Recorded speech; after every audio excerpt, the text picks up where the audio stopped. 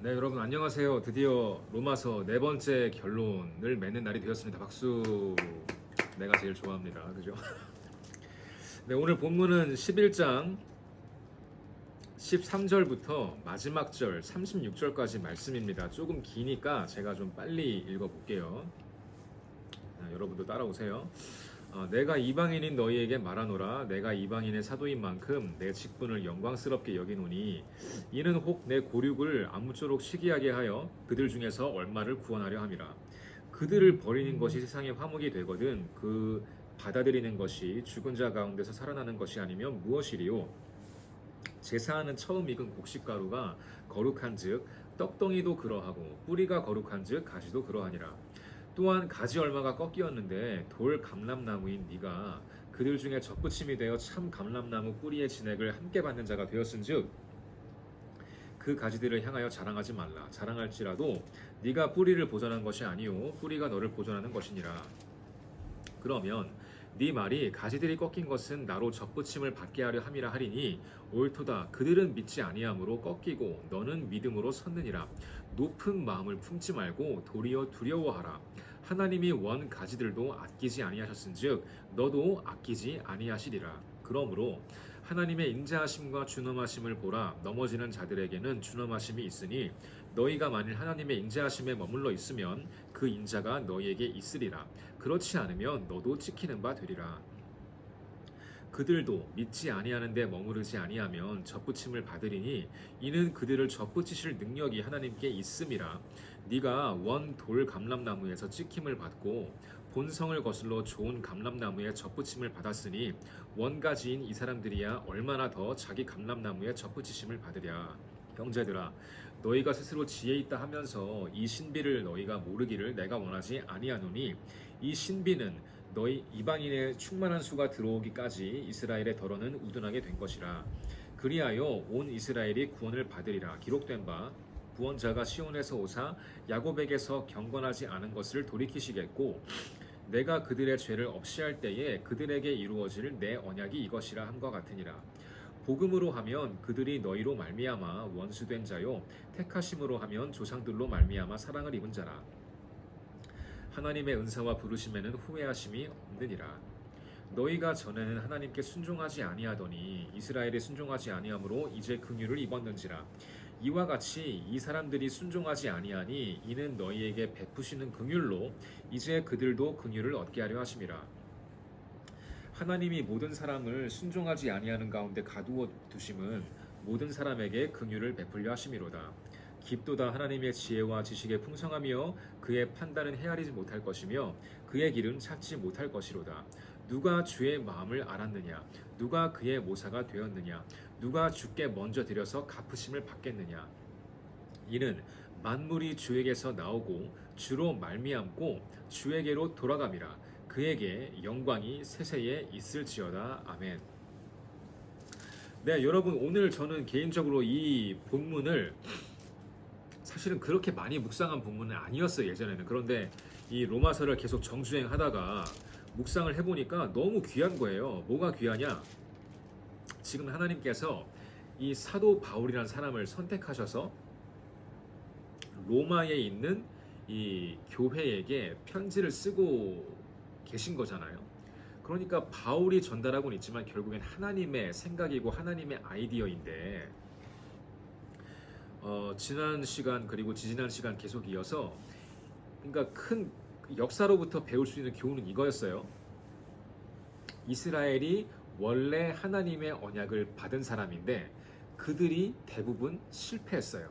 하지만 남은 자가 있었고 그들을 통해서 하나님은 계속해서 하나님 나라를 이뤄 가시는데 결국에는 이 이스라엘이 실수함으로 인해서 이방인들에게도 복음이 전파될 수 있는 기회가 열린 거거든요. 그래서 오늘 본문의 첫 번째 부분은 이방인에게 하는 말이에요.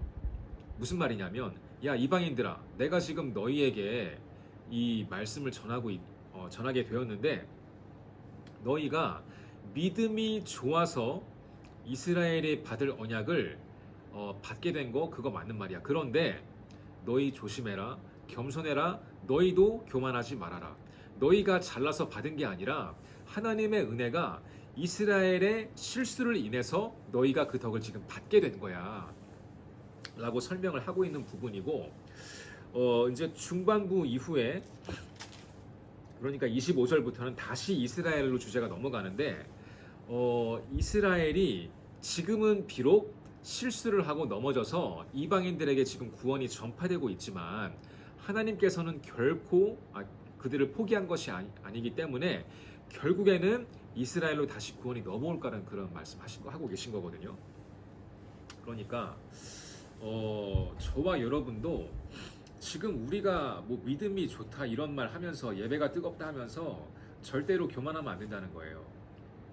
여러분, 고등부 예배, 제가 특별히 지금 고등부니까 이제 고등부를 타겟으로 삼아서 말씀드리면, 저는 고등부 예배를 항상 뜨겁게 드리길 원하고, 또 그리고 그 고등부만의 그런 뜨거운 그 예배가 사실은 저에게 자부심을 줘요. 그리고 제가 이 목회를 하고 사역을 하면서도 제가 바라던 바이고, 계속해서도 저는 이 예배를 뜨겁게 하는데 굉장히 많은 에너지와 물질과 모든 것들을 쏟아 부을 거예요. 하지만 그렇다고 해서 내가 잘해서, 내가 뛰어나서 이 예배가 뜨거운 것이냐, 그리고 그것이 나의 자부심은 될 수 있겠지만 저의 모든 것이 그거에 달린 건 아니거든요. 그러니까 저도 교만할 수 없다는 거죠. 여러분도 교만하면 안 된다는 거예요. 여러분 절대 어디 가서 고등부 예배 뜨겁다고 자랑하지 마세요. 그냥 뭐 다른 부서랑 비교하지 마시고 다른 교회랑도 비교하지 마세요. 그냥 우리는 겸손하게 하나님께서 우리에게 주신 시간과 모든 환경을 그냥 우리가 생각하고 우리가 기도하면서 감동받은 그대로 실행하는 거에서 그냥 만족을 얻으면 되는 겁니다. 하나님의 부르심과 하나님의 그 역사는 어쨌든 하나님을 뜨겁게 사랑하는 사람들을 통해서 이어지는 거 아니겠어요?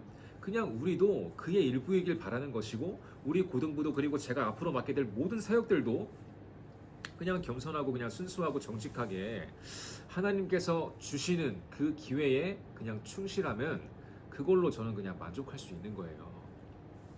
절대로 다른 부서나 다른 교회와 비교하지 마시고 오히려 그들을 축복할 수 있어야 합니다. 왜냐하면 우리도 고등부도 광명교회도 원래 하나님의 말씀이 우리에게 먼저 임한 게 아니었기 때문에 그래요.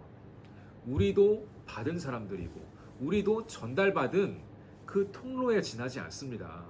그렇기 때문에 우리가 그것을 감사할 수 있다면 우리도 여전히 우리에게 주어진 이 복음의 그 위대한 축복의 말씀들을 다른 사람들에게 전하면 되는 것이고, 그것을 통해서 우리에게 영광이 돌아오게 될 거예요.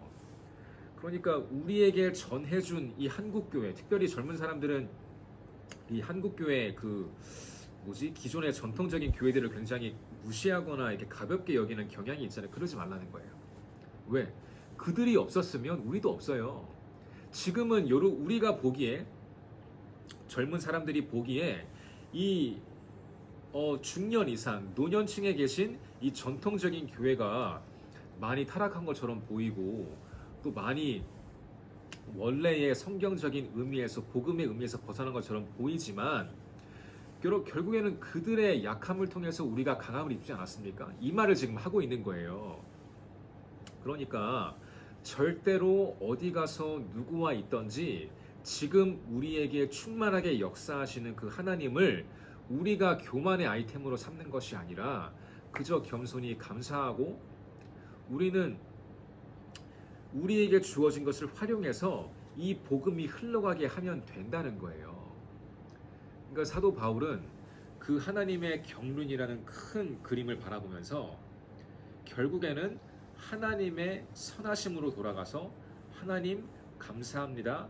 나에게 복음을 전달해 주신 것을 감사합니다. 나도 그 복음의 위대한 축복을 나만 가지고 있는 것이 아니라 널리 전하며 살겠습니다.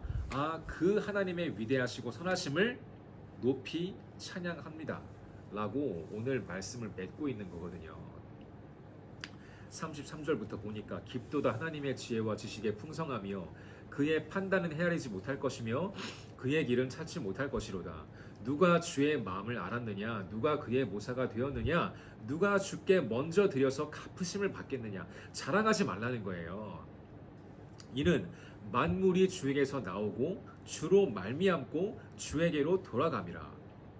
그러니까 이 하나님의 구원의 계획은 이 시작하신 분도 하나님이시고 디자인한 분도 하나님이시고 지금 이루시고 있는 분도 성령 하나님이시고 결국에는 마지막에 마무리를 하실 분도 하나님이시기 때문에 그저 저와 여러분은 그 구원의 경륜 가운데 한 부분이라도 우리에게 주어진 것을 감사하며 하나님의 위대하심을 바라보는 그런 겸손한 사람이 될 수 있기를 주님의 이름으로 축원합니다.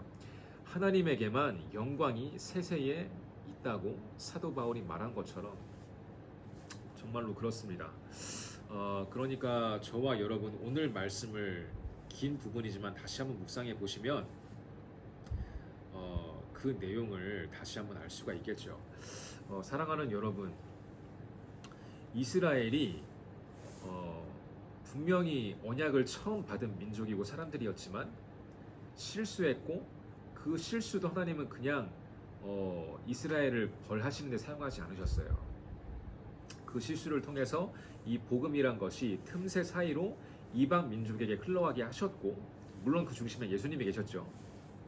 그리고 지금 많은 나라와 많은 민족에게 복음이 전파된 것은 이 남은 자들이 잘해서 그런 것도 있겠지만 또한 이 남은 자가 아닌 사람들, 그 사람들이 처음에 믿었지만 이 실수하는 그런 약한 부분을 통해서도 복음은 전파되고 있다는 거예요.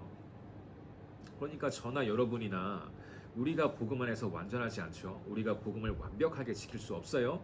그러니까 우리는 항상 겸손하게 우리의 높을 때나 낮을 때나 어쨌든 어떤 방식으로든 복음이 전파되고 있다는 사실에 감사하고 우리가 그것을 우리가 살아있는 동안 그 복음을 우리가 가지고 나아갈 수 있다는 것이 저와 여러분의 유일한 자랑거리가 되길 원하고 유일한 소망이며 희망이 되기를 다시 한번 주님의 이름으로 축원합니다. 그래서 네 번째 결론, 하나님의 언약, 하나님의 약속은 분명히 지금도 지켜지고 있고 이루어지고 있으며 그 언약은 너무나 신비롭지만 그 신비로움 그 바탕에는 하나님의 선하심이 있다는 거죠. 그래서 저와 여러분도 많은 실수를 하지만 이 선하신 하나님의 계획 가운데 분명히 있는 것입니다. 사랑하는 여러분, 그러므로 때때로 실수를 하고 넘어져도 다시 주님 붙들고 일어서세요. 그리고 주변에 넘어지는 사람들 절대로 손가락질하지 마시고 오히려 그들을 위해 기도하고 하나님 저 실수한 누구누구를 다시 주님의 품으로 돌아오게 해주세요. 이렇게 하나님의 마음에 합한 기도, 하나님의 마음을 기쁘시게 하는 그런 예수님을 닮은 기도를 드릴 수 있는 저와 여러분이 되기를 주님의 이름으로 축원합니다. 같이 기도하겠습니다. 사랑이 많으신 주님 은혜를 감사합니다.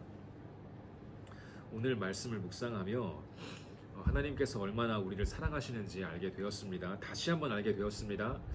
이 실수하고 타락한 이스라엘도 결국에는 그들의 실수를 통해서 이방인에게 복음을 전하게 하셨고 지금도 많은 교회들이 주님을 뜨겁게 믿었다가 실수하는 부분도 있지만 그런 모습을 통하여서도 하나님께서는 하나님의 나라를 확장시켜 가심을 믿습니다. 그러므로 우리 사랑하는 고등부 친구들 그리고 선생님들 우리의 모든 모습 가운데에서 하나님의 약속이 이루어지기를 원합니다. 그리고 하나님께 가장 큰 영광을 돌리기를 원합니다. 우리의 좋은 모습 그리고 좋지 않은 부분들까지도 영원 구원에 쓰임받을 수 있다면 그것으로 우리는 만족하고 하나님을 영원히 찬양할 수 있을 것입니다. 다시 한번 우리 고등부 가운데 하나님의 은혜를 충만히 비추어 주옵소서. 감사드리며 예수 그리스도 이름으로 간절히 기도합니다. 아멘.